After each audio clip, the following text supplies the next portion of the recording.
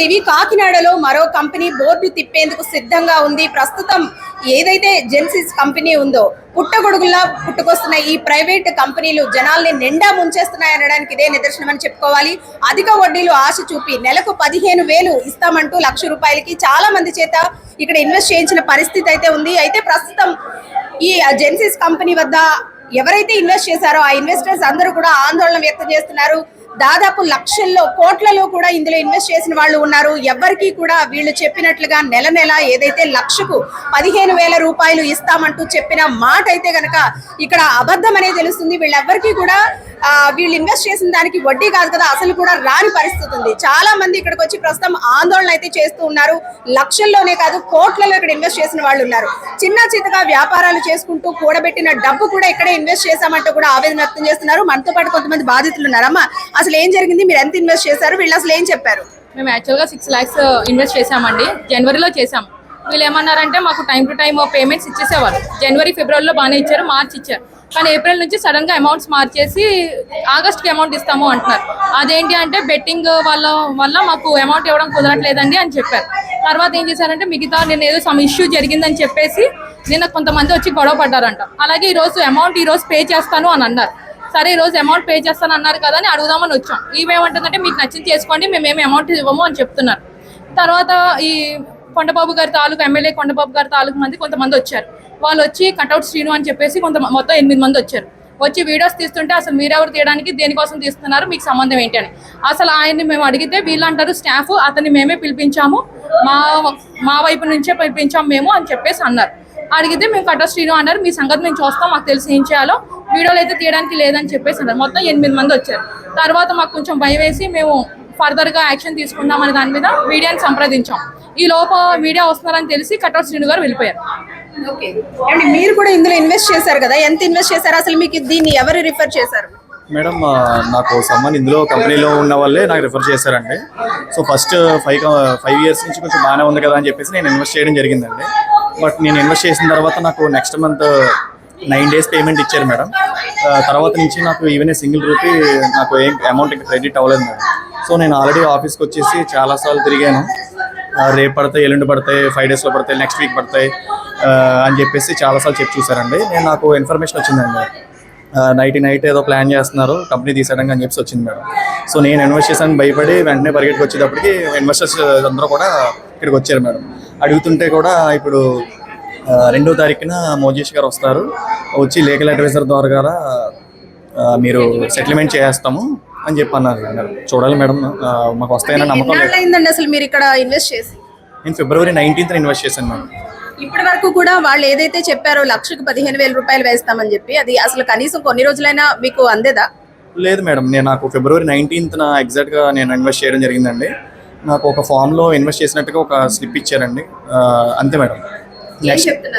Next నాకు వచ్చేసి ఏం చెప్తాం మేడం, ఇంకా ఇలాంటి కంపెనీలు నమ్మద్దనే చెప్తాం. అంటే ఏదో ఆశ కొద్దీ పెట్టామండి. ఫైనాన్షియల్ ఇష్యూస్ ఉండి చాలామంది పెడతారు, కొంతమంది గోల్డ్ తాకట్టు పెట్టి పెట్టడం జరుగుతుందండి, కొంతమంది అప్పులు చేసి తీసుకొస్తారు. అంటే మేము మిడిల్ క్లాస్ ఫ్యామిలీ మేడం, మేము మిడిల్ క్లాస్ ఫ్యామిలీస్ అందరూ కూడా ఫైనాన్షియల్గా ఇలాంటి వాటిల్లో కొంచెం గ్రోత్ ఉంటుందని చెప్పేసి మేము ఇన్వెస్ట్ చేస్తుంటాం. సో ఆ మోజేష్ గారు ఏదో 2వ తారీఖున ఏదో సెటిల్మెంట్ చేస్తారన్నట్టు తెలిసిందండి. అదే ఫైనలైజ్గా లలిత గారు చెప్పారండి, చూద్దామండి. లేదు మేడం, ఎప్పుడైతే ఆల్రెడీ 2-3 months నుంచి అదే చెప్తున్నారు కదండి. ఇప్పుడైతే ప్రజెంట్ చెప్పాలంటే నిజంగా లేదు మేడం. అంటే మీరు కంప్లైంట్ చేయడం కానీ పోలీస్ కేసు పెట్టడం కానీ ఇలాంటివి ఏం జరగలేదా? ఇంకా అంతవరకు వెళ్ళలేదు మేడం, ఎందుకంటే ఎంతో కొంత నమ్మకం ఉంది కంపెనీ మీద అని చెప్పేసి అప్పటి వరకు ఆగాము మేడం. కానీ ఈ రోజు చూస్తే ఎంతమంది ఇన్వెస్టర్స్ అందరూ ఇంతమంది ఉన్నారంటే ఇంకా ఎంతోమంది ఉన్నారండి, తెలియని వాళ్ళు ఇంకా ఎంతోమంది ఉన్నారు.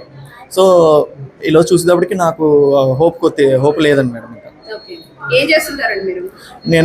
నేను ఫైనాన్స్ బిజినెస్ అండి నాది. సో చూసారు కదండి, పుట్టగొడుగుల్లా పుట్టుకొస్తున్నాయి ఈ ప్రైవేట్ కంపెనీలు. ఏదైతే అధిక వడ్డీలు కానివ్వండి, ఇన్వెస్ట్ చేస్తే అధిక మొత్తంలో లాభాలు వస్తాయంటూ కూడా ఇన్వెస్టర్లకు ఆశ చూపి లక్షల్లో కోట్లలో ఇక్కడ ఇన్వెస్ట్ చేయించారు.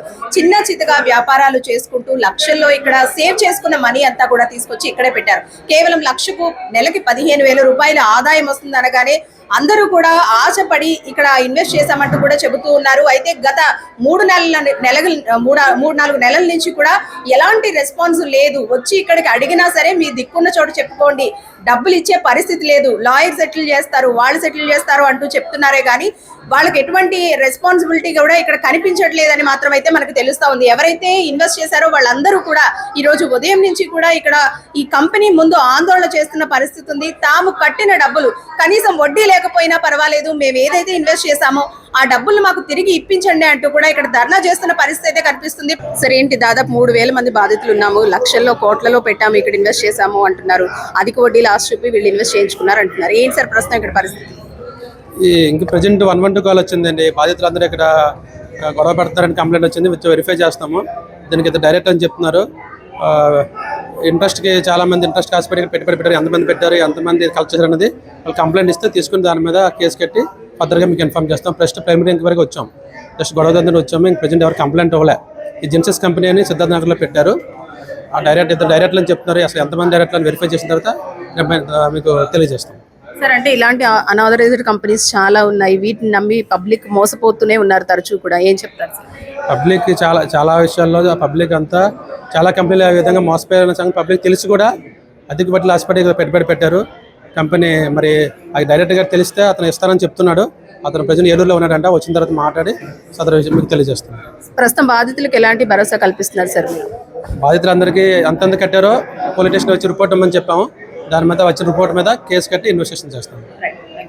సో చూసారు కదండి, ఏదైతే సిద్ధార్థ నగర్ లో ఉన్న జెన్సిస్ కంపెనీ గత కొన్నేళ్లుగా కూడా ఇక్కడ ఎంతో మంది తమ డబ్బులను ఇన్వెస్ట్ చేశారు, అధిక వడ్డీలు ఆశ చూపి ఇక్కడ ఇన్వెస్ట్ చేయించుకున్నారంటూ కూడా బాధితులు ఆరోపిస్తున్నారు. ఎప్పుడైతే వాళ్ళు ఇన్వెస్ట్ చేశారో ఆ తర్వాత ఒక్క నెల మాత్రమే వాళ్ళకి అమౌంట్ పడిందని, తర్వాత నుంచి అసలు ఎటువంటి రెస్పాన్స్ లేదంటూ కూడా బాధితులు ఆవేదన వ్యక్తం చేస్తున్నారు. ఇలాంటి అనాథరైజ్డ్ కంపెనీస్ ఏవైతే ఉంటాయో అవి నిత్యం కూడా పుట్టగొడుగుల్లా పుట్టుకొస్తూనే ఉంటున్నాయి. బాధితుల్ని అధిక వడ్డీల ఆశ చూపి ఎరవేసి వాళ్ళ వైపు లాక్కునే ప్రయత్నం చేస్తున్నారు. చిన్న చితకా వ్యాపారుల దగ్గర నుంచి పెద్ద పెద్ద ఉద్యోగాలు చేసుకునే వాళ్ళు కూడా లక్షల్లో కోట్లలో ఇక్కడ ఇన్వెస్ట్ చేశారు.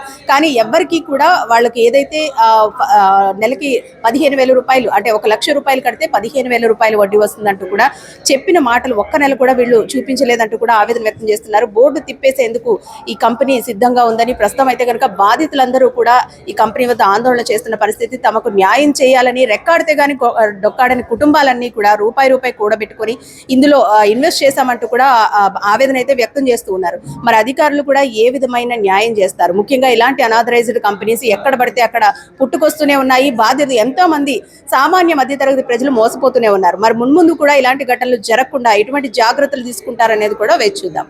కెమెరా పర్సన్ శ్రీధర్తో అనుశ్రీ, సుమన్ టీవీ, కాకినాడ.